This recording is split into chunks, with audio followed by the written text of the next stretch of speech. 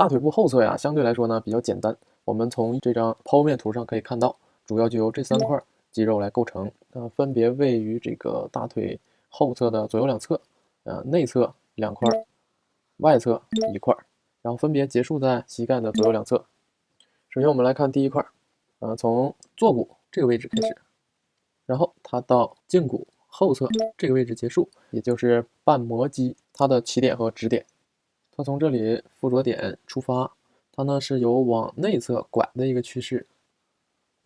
那么我们现在看到这一条，它就是半膜肌，它呀主要在深层，它对外形的作用呢不是很明显。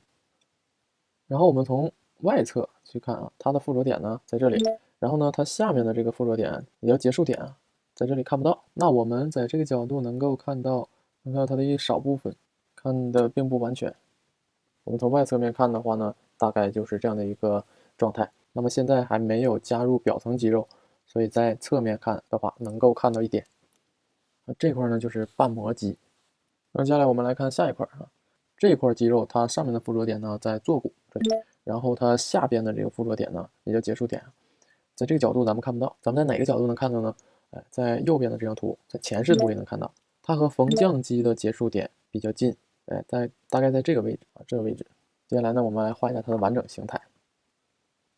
这块肌肉呢，它是在半膜肌的上边啊，它俩的名字也比较像，它叫半腱肌，然后它俩都位于大腿部后侧肌肉的内侧。我们从侧面去看它，它是向外隆起，它是贴着半腱肌，在半腱肌上边，它俩呢就可以给它看作是一块，把它俩归纳到一起。好，以上就是大腿部后侧肌肉的内侧部分，这2块，深层的这一块叫半膜肌啊，表层的这个呢叫半腱肌。接下来我们来画下一块。首先我们来看一下它附着点，上面的附着点呢在这个位置，在半腱肌和半膜肌之间，下面的附着点呢在这个腓骨上。我们可以看到清晰的看到腓骨头。那么从侧面图我们看不到它上端的附着点，但是我们能清晰的看到它下端的附着点，也就是在这个腓骨头上面。我们从前面呢也能看到一部分它下端的附着点。接下来我们来画一下它的具体形态。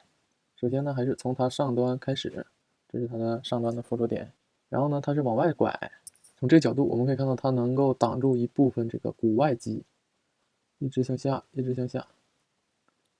在这里呢是压住这个股骨的外侧踝，然后结束到腓骨头。这条肌肉呢叫股二头肌。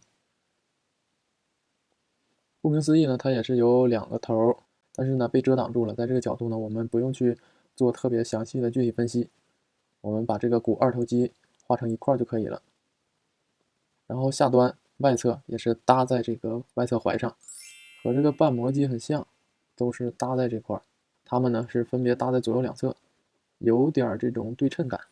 然后我们看一下从外侧来看，从外侧看我们也能看到比较完整的形态。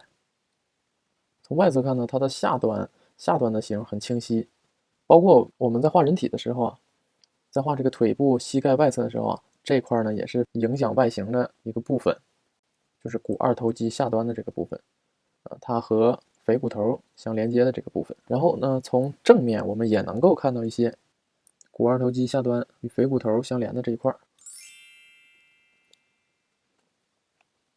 好，这就是我们大腿部后侧肌肉所说到的最后一块，股二头肌。它呢位于大腿后侧的外侧。这几块肌肉的功能呢，都是使大腿向后伸，使髋关节伸大腿和屈曲小腿。好，那么这节课呢先到这里，我们下节课再见。